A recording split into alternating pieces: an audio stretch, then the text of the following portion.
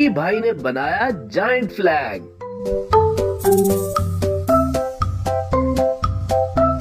Ducky भाई और असद बातें करते हुए जा रहे थे।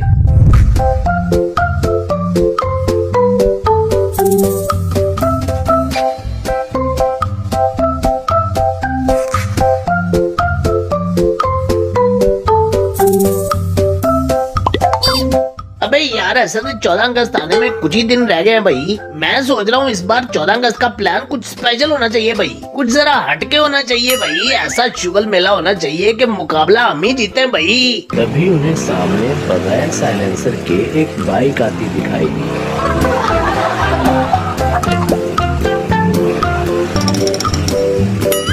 अरे अरे अरे, ये इकबाल के शहीनों के काम देख लो, कितने जोशो खरोश से 14 अगस्त मना रहे हैं। डक्की भाई ने बाइक को रोक लिया और बोले, अरे हाय हाय हाय हाय, वो कौन सी घड़ी थी जब इकबाल ने तुम जैसे कुछ नहीं कह दिया था भाई। तेरे जैसे लड़के सारा कुछ रख लेते हैं, बस माँ बाप का मान नहीं रखते हैं। नहीं तो मुझे ये बता के कहाँ लिखा है कि 14 अगस्त पे बगैर सिलेंसर वाली बाइक चलाकर लोगों के कानों से आइसक्रीम निकालने से ही शादी मनाई जाती है भाई। डक्की भाई अभी उससे बात कर ही रहे थे कि वहाँ पर चौधरी साहब भी आ गए।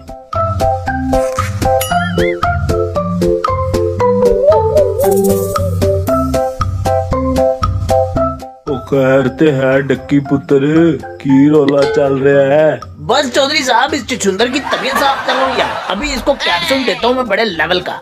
वाह डक्की पुत्र वाह, ऐ केड़ी तबीयत है डक्की पुत्र, जेड़ी दवाई तो बगैर ठीक होन दी है। तभी वो बाइक वाला चौधरी साहब और डक्की भाई को बातें करता देखकर वहाँ से निकल गया।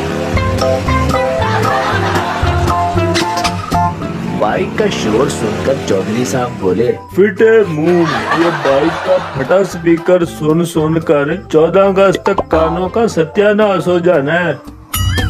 वो तीनों चलते चलते कैफे पहुंच गए।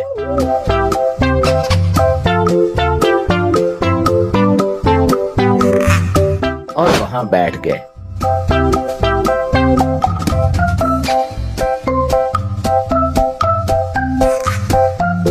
मौला खुश रखे, ते मैं फिर की कह रहा सी। मौला खुश रखे है ते सानू भी नहीं पता कि तुसी की कह रहे थे। डक्की भाई किसी सोच में गुम था कि चौधरी साहब बोले, ओ डक्की पुत्र, तू लामा इकबाल बनया की सोच रहे हैं? कौन मैं? ओ तू हैरान ते इंज होंदे हैं जिवें किसी बेवकूफ नू अकल दी गल पुछनी होवे। चौधरी साहब की बात सुनकर वो सब हंस पड़े। चौधरी साहब, 14 अगस्त की तकरीब के लिए बड़ा लेवल का आइडिया है मेरे पास। बड़ा शुगर हो जाना है और कंपटीशन भी हम ही जीतेंगे भाई। देख लेना आप, चस आ जानी है। डक्की भाई से प्लान सुनने के बाद चौधरी साहब बोले, ओ वेल डन, जबरदस्त, लेकिन किसी को कानो कान खबर नहीं होनी चाहिए हमारे प्लान की। चौधरी साहब को ये पता नहीं था कि उनके पीछे बैठे एहसन और असलम सारी बातें सुन चुके थे। हेलो जी, क्या हाल है जी सबके? आए हाय हाय हाय, आज का व्लॉग बहुत ही स्पेशल होने वाला है भाई। जैसा कि आपको पता है कि 14 अगस्त आने वाली है, तो आपके भाई ने बहुत स्पेशल प्लान किया हुआ है भाई। क्या प्लान है ये जानने के लिए स्टोरी को एंड तक लाजमी देखना। और जिन्होंने अभी तक हमारा चैनल सब्सक्राइब नहीं किया, और चैनल सब्सक्राइब करके बेल आइकन को दबा दो। डक्की भाई और असद आज सुबह से ही काम में मसरूफ थे।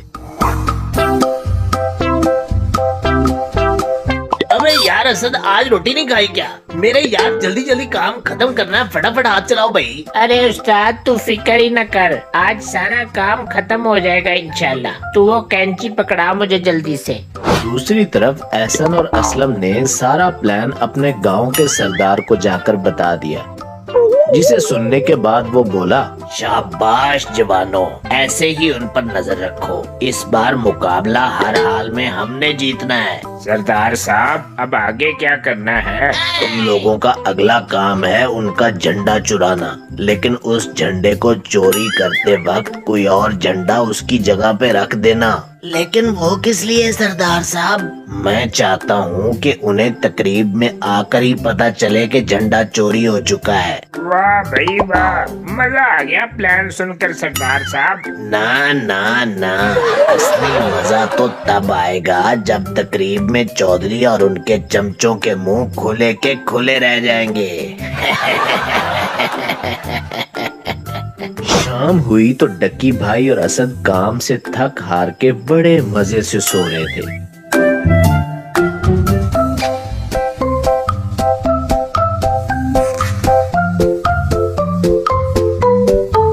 कि उनके घर चोर दाखिल हुए। अबे यार, झंडा पड़ा कहाँ होगा? अरे पागल, चुपचाप कमरे में चलो, वहीं पड़ा होगा।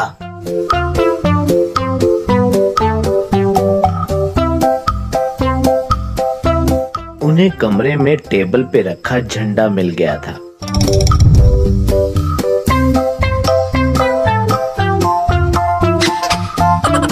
वो अपना काम खत्म करके वापस आ गए थे। The next day. सीन कुछ यूं है कि भाई हम लोगों ने बहुत ही बड़ा फ्लैग बनाया था, जिसे आज हम अपने गांव की तरफ से रिप्रेजेंट करना है भाई। लेवल हो जाना है आज तो। आप लोग बस देखते जाओगे आपके भाई का क्या कमाल है। गांव में चौधरी साहब ने तकरीब का इंतजाम करवाया था।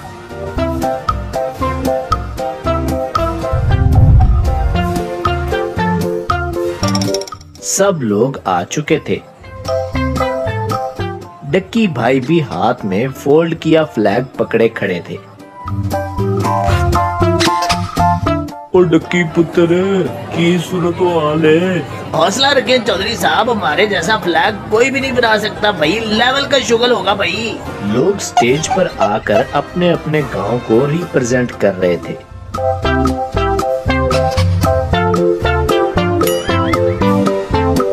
लेकिन ऑडियंस को कुछ पसंद नहीं आ रहा था।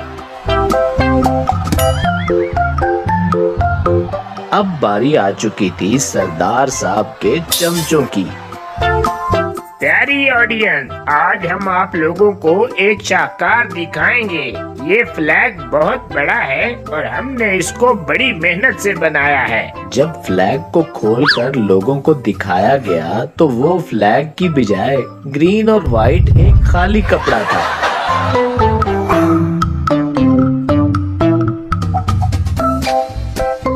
सब ऑडियंस हंसने लगी।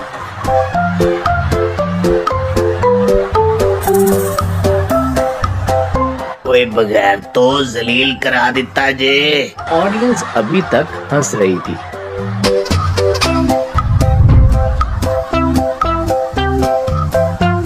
अब बारी थी डक्की भाई और असद की।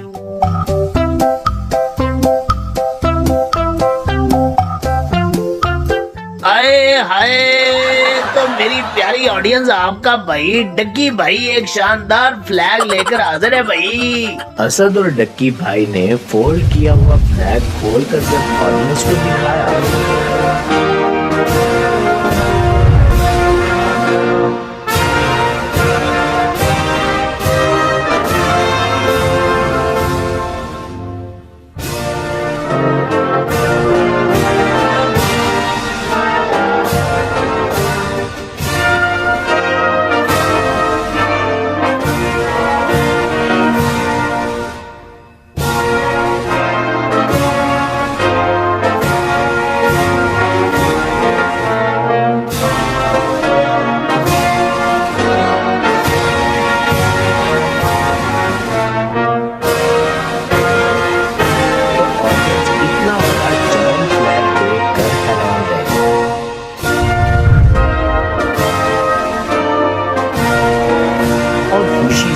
तालियां बजाने लगे।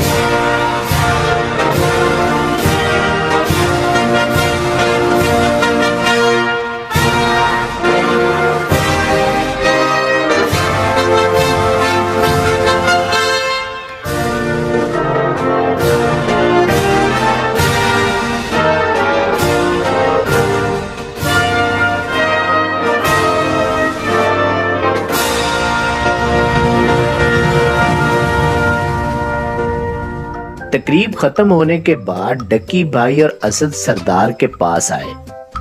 सरदार साहब ये सड़े हुए बैंगन जैसा मुंह बनाकर क्यों बैठे हैं भाई?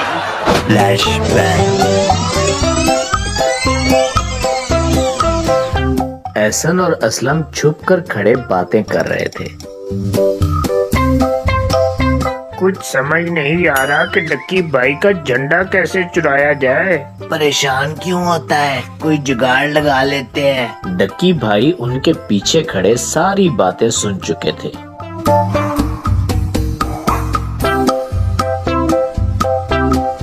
और घर वापस आकर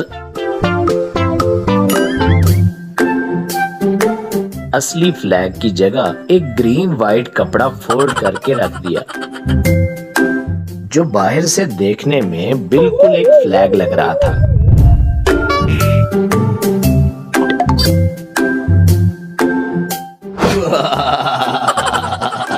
सरदार साहब तो फिर कैसा लगा हमारा मजाक भाई? भाई चासा आ गई आज तो तकरीब में भाई। सरदार साहब पोल खुलने पर शर्मिंदा हो गए, जबकि आज का मुकाबला एक बार